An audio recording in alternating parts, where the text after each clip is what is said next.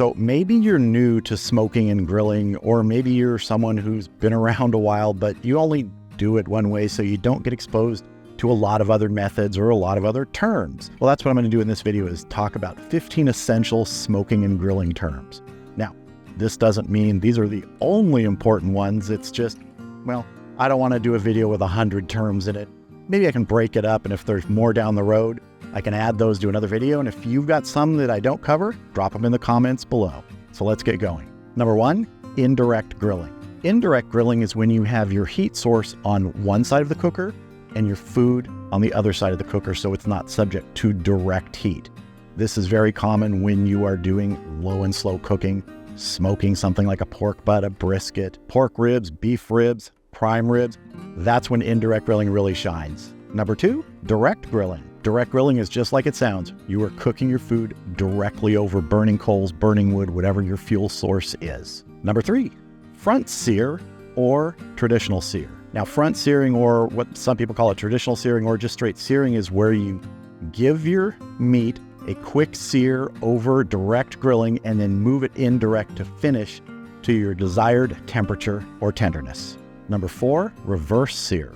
Reverse sear is just the opposite of a front sear, where you are starting your cook with the meat on the indirect side and you're going to finish it at the end with a quick sear. Number 5, internal temperature. Internal temperature is the temperature of the cut of meat that you are cooking. That will often tell you when it is done or nearing finish. You can use a probe thermometer or a remote thermometer. Number 6, ambient or cook chamber temperature. As opposed to the temperature inside the meat, this is the temperature inside your cooker. You can track that with a temperature gauge that's built in, or with a temperature gauge that you put in the cook chamber connected to a remote thermometer.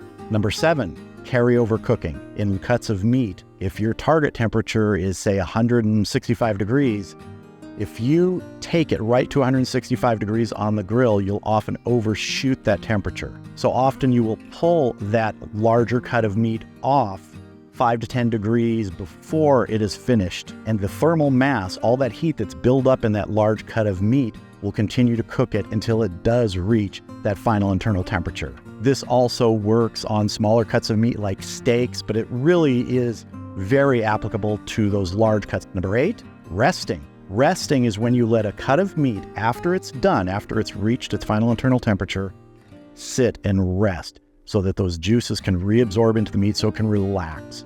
If you've ever had a steak and you cook it, take it right off, cut into it, and all the juices spill out, that happens when you don't let those cuts of meat rest. So some cuts of meat like an hour rest, a 2-hour rest, those are your larger ones, brisket, pork butt. Some only need 10 or 15 minutes like smaller steaks. Number 9, probing for tenderness. Certain cuts of meat like brisket, pork butt, even ribs, you can often tell how close they're getting to being done by probing for tenderness, using the end of your temperature probe or some other sort of very slender device to slide into the meat there and see, is there resistance? That is probing for tenderness. Number 10, lower or intake vent. The lower or intake vent is usually near and below your fuel source. That is where the air comes in to the combustion chamber, where your fuel gets its oxygen so you can get a good burn going. That can also be adjusted to restrict airflow to control the temperature. Number 11, upper or exhaust vent. The upper or exhaust vent is above your food and above the intake vent, and usually further away from your fuel source so that smoke from whatever you're burning can travel across the food. That can also be adjusted to dial in temperature. Number 12, bark. Bark is that darker, slightly crunchy exterior that develops during low and slow cooking on large cuts of meat, especially like brisket and pork butt. It's usually considered one of the tastiest part of that cut of meat when it's finished. Number 13, briquette charcoal, and number 14, lump charcoal. So here we have lump charcoal and briquette charcoal.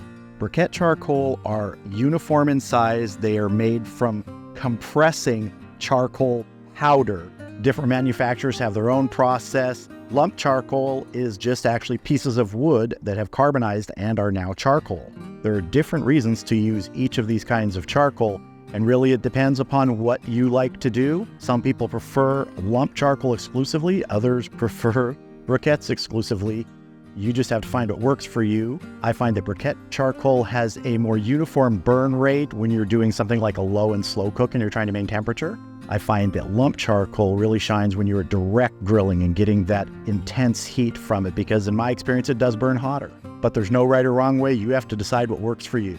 Number 15, splits versus chunks versus chips versus pellets. As opposed to the two major types of charcoal we just talked about, this is about wood or wood products that you use to create your heat and your smoke flavor. Now we're starting with splits here. I have two different splits. We have sort of the larger traditional split, and then what I call the half-size split. This is what I have my wood cut to at my wood supplier because I think it fits better inside my offset smoker's fire management basket. And we're not covering species of wood here or flavors of wood or anything like that, just the types of wood used for fuel.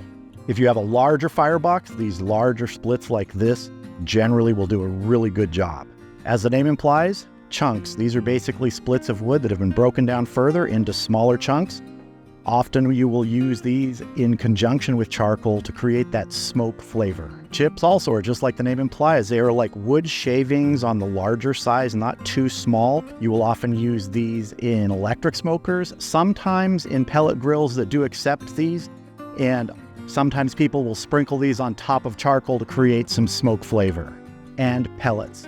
These are a compressed wood product which you'll find in pellet grills, pellet smokers. Often also people will put these in smoke tubes to add additional smoke flavor to another cooker that they're using.